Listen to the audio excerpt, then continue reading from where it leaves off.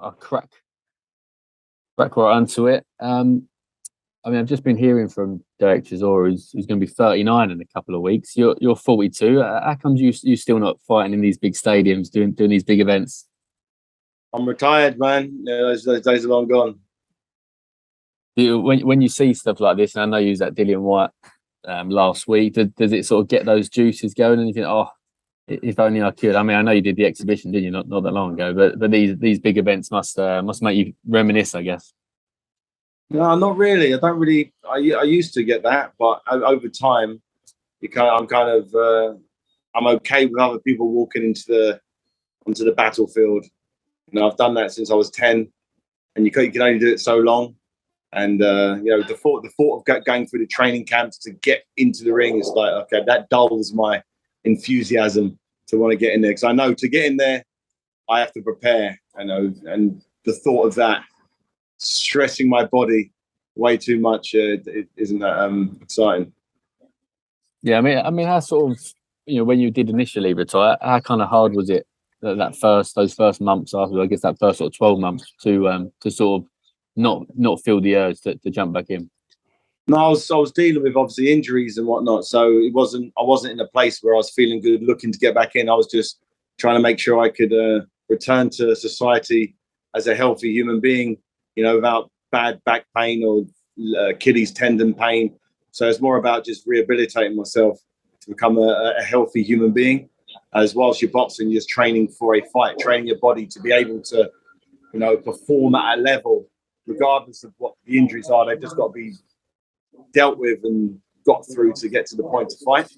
So once that process stopped, once I was no longer boxing, after that second fight with Tony Bellew, I knew that I wouldn't put my body through it again like I did in the past. And you're right, it's over a year ago, I did a little exhibition, but that was like a 6-week training program where I didn't go in like I would do if I was having a world title, heavyweight title fight. I did it as it was an exhibition. Yeah, I mean, maybe just sort of, accidentally revealed the secret to retirement, actually being injured. So then you have to focus on the injury rather than sort of feel like you could get back in. I guess Tyson hasn't got that issue, has he? He retires and then sort of, feels the urge to go back in, I guess. Yeah, there's a retirement to negotiate your next purse, and there's retirement because you're 42 years old.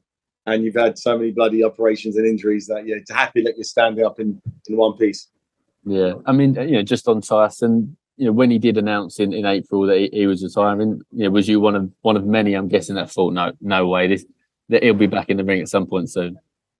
No, he's retired a few times in the past, and it didn't really last that long. So I always knew there's whilst his legacy hasn't been fully realised yet, he hasn't beat the unified heavyweight champion Alexander Usyk yet. He hasn't beat the big name of our times. He doesn't have a title, but he's still the biggest money making name in the division by a long way. Anthony Joshua, that is really what he needs. That's what he needs to be focusing his energy on before he actually says, "I'm going to retire." So do you think that's the key? Once if he can fight Joshua and if he can fight Usyk, then after that is when we should take his word at face value. I guess that potentially that could be it. I don't really worry about fighters. It's normally just a random talking point that they bring up to get some press. But you'll know when Tyson Fury's time is to retire is. It's either there's no one else to beat, or he's been beaten, can't win the title back. So hopefully he's someone who is able to retire after beating all the men in his era, like Lennox Lewis did. He beat every man he ever faced as a professional. The only one was probably Riddick Bowe from his era that he didn't really get the scalp of, but Riddick Bowe made it clear that he would rather throw his title in the bin than actually face Lennox. Just sort of circling back into the fight, can Derek stop Tyson? You look at the odds. I think it's like 1-18 on that Tyson wins. I mean, Tyson keeps saying it's a 2-horse race, but it feels like it is ominous what happens on Saturday. Yeah, I don't think there's many people seriously believing Derek Chisora can win the fight. If you look at Tyson Fury's last 10 fights, and look at Derek Chisora's last 10 fights, you'll find Tyson Fury's won all of them. Derek Chisora has lost 4 or 5 of them, 6 of them. So on paper, understand. But if Tyson Fury does what he said he's going to do yesterday and not look to box at long range, southpaw and orthodox, and he decides to come into the battle zone, go to war with Derek Chisora, it gives Derek Chisora significantly more chance to land more scoring blows, more heavy blows. And if he can drag it into a dog fight as quickly as possible, I think we're in for a great shout. Yeah, I mean, obviously you and Derek, your relationship's come a long way since 2012. But can you quite believe it? It's 10 years since you two guys were in the ring, and he's actually still fighting. 10 years later. Yeah, it's crazy. Time does fly.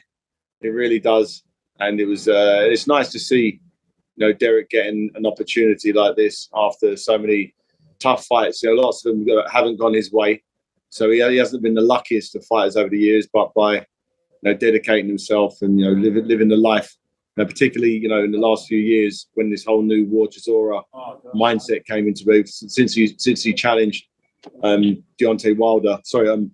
White in that sort of epic second fight.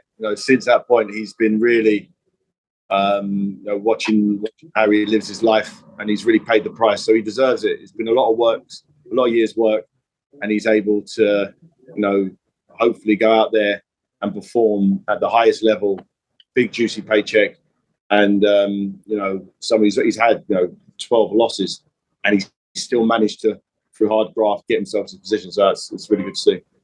Yeah, I mean, obviously you guys worked with each other. I mean, I know you had the fight 10 years ago, but more recently, actually worked with each other for a decent period of time until last year. Is that the key really why he's still going? There was a sort of a switch in his head, and he really, really dedicated himself to this. And I guess he might be 38, but maybe body wise, he might not be. He looks a bit younger, I guess, because he's really, really sort of doing everything he needs to do outside of the ring. Yeah, it's definitely. When we started doing bits and pieces together, when I started managing, not only what fights to take, but the other elements of it that nobody really pays attention to, is the sleep, training, logging stuff. Once there was a nice infrastructure around Derek, it gave him an easy way to go through his day where he's ticking the boxes. He's making sure he's got enough fluids, making sure he's got enough rest, enough sleep. His training sessions are logged, making sure, where he's sleeping, all of the different little elements. He understands now, he gets it. He kind of just did hit bits and pieces in the past, but he is now a professional outfit, and he's got a team around him that get the best out of him. And that's the key here, making sure that all the boxes are ticked. That when he gets in the ring, he's ready for 12-round war. Whatever that 12 rounds is, he's coming with 12 rounds of action. You're right. He's coming up to he's coming up to 40, in a year or so. So this is where, fortunately, he's got 12 rounds of action in him. You looked at his last fight against Pulev. He was grinding for 12 rounds from the first bell to the last bell, no rests. He went out there it was a workman-like performance, and he got a nice victory there, a well-deserved victory. But if Tyson Fury decides to go into that battle zone with Derek, he's going to lower his chances of winning, and it's going to be more entertaining for the fans. So I just can't wait. I can't wait for that first bell to ring, and just hope and pray that Tyson Fury goes and gives Derek Chisora a chance to, land something, because if he does and he starts landing, it could get real interesting. Yeah, I mean, you mentioned the Pulev fight. I mean, I did that myself. It was a really, really good performance by Derek. I think beforehand there was a bit of concern. Both sort of two veterans. Are they going to kind of send each other into an early retirement? But Derek really, really stepped up. I mean, still though, is it? Should he have walked off into the sunset by now and kind of said goodbye? If he'd have walked into the sunset, he would be getting his payday. So I know the sunset will look a lot brighter if with an extra couple million in your pocket. You know, he's not here in this game to. I've never heard him say, "I want to be world champion." No, it's I want to fight the best guys that the fans want to see me fight, and I want to get paid as much money as possible for giving everything to them. And that's it. He's got an opportunity here, you know, against someone who's claiming that they're going to fight the way Derek wants to fight. You know, this fingers crossed is going to be, you know, what I hope it's going to be. It's like, can Derek Chisora go toe to toe with Tyson Fury for 12 rounds? Can he do it? I don't know. It's interesting. Yeah, I mean, obviously, you know, as both men have said, you know, it takes one punch, doesn't it? And that's the beauty of heavyweight boxing. I mean, is there any part of you, obviously, you know Derek really well, any part of you that's a little bit worried that, you know, this could be one fight too many for him? No, I'm not worried. Oh no, you know, Derek's a fighter. This is what he does. He'll fight till he can't fight no more, and he's definitely got fight in him because he proved it in his last fight. You know, and he's ready to go again. From all accounts, his training's gone great, and I just can't wait for that first bell to ring and for them to both run across the ring and start trading. That's going to be so entertaining.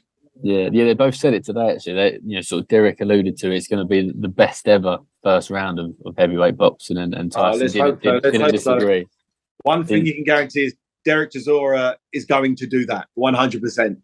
Is Tyson Fury?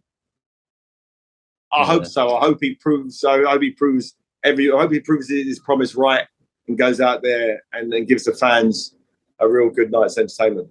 Yeah, just finally for me, put you on the spot a bit. How does this one go? How does it finish on Saturday night in front of BT?